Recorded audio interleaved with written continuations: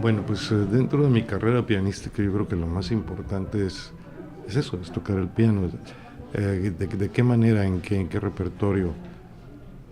En mi caso muy particular lo que más me ha interesado es tocar como solista de orquestas sinfónicas.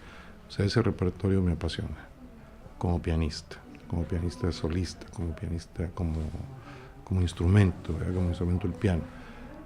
Después el recital de piano solo, que también ha sido importante. Pero reitero, lo más importante para mí ha sido ser pianista solista. O sea, los conciertos para piano y orquesta básicamente.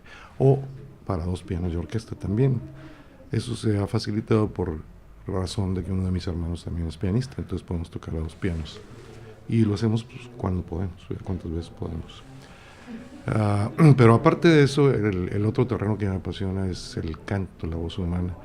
Entonces he dedicado gran parte de mi tiempo a acompañar cantantes o hacer música con lideristas que es diferente a la ópera. En la ópera es prácticamente acompañamiento, pero en el lead no, son obras escritas originalmente para voz y piano o para piano y voz en muchas de las ocasiones. Después la música de cámara, o sea, hacer música con otros intérpretes de otros diferentes instrumentos. Eso también ha sido importante en mi vida. Sin embargo, yo creo que cuando uno es pianista, y dependiendo de las circunstancias, y sobre todo en un país como el nuestro, pues uno tiene que a veces aceptar algunas actividades que no están exactamente dentro de lo que uno pensó.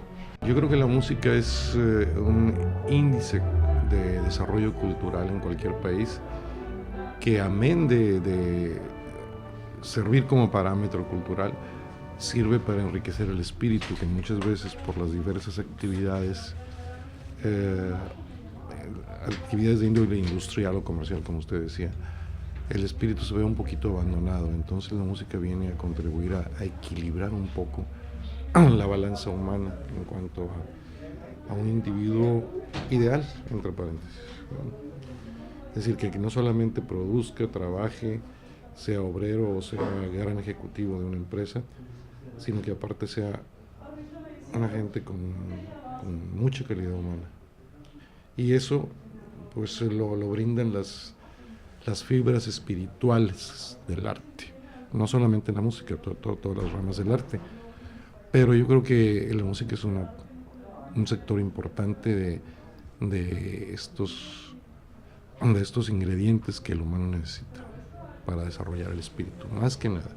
Y equilibrar, como le digo, la balanza necesaria para que un humano se desarrolle totalmente. Una gente administrativa pues no deja de ser un poco fría. Una gente músico exclusivamente no deja de ser un poco hipersensible. Entonces yo creo que lo ideal en una ciudad es que no sea ni hipersensible ni fría. Entonces se necesita este tipo de manifestaciones artísticas para equilibrar el espíritu, creo yo. En cuanto al piano específicamente, dentro de la música y de los instrumentos musicales específicamente hablando, el piano es un instrumento armónico. ¿Qué diferencia hay entre armónicos y monofónicos? El piano puede hacer armonía, puede juntar varios sonidos a la vez. Un instrumento como la flauta, por ejemplo, toca una nota a la vez. Los de cuerda pues tocan una, dos máximo a la vez, dos sonidos a la vez. El piano puede juntar 14 sonidos a la vez y por medio del pedal hacer armonías más complejas todavía. Entonces es un instrumento básico, tanto como solista, como herramienta para composición, como herramienta para arreglos, como para acompañamiento de otros instrumentos o de cantantes o etcétera. Entonces es un instrumento muy completo. Entonces yo creo que el piano es indispensable. De hecho, en Monterrey, por ejemplo, hay una tradición pianística. ¿Por qué? ¿Por qué pianística y no flautística?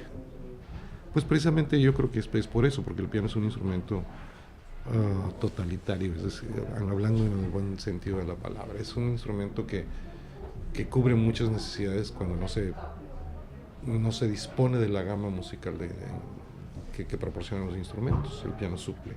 De hecho, si usted se fija en la música, las reducciones orquestales son hechas para piano. ¿Por qué no son hechas para violín? No. o sea, ni para flauta, son hechos para piano.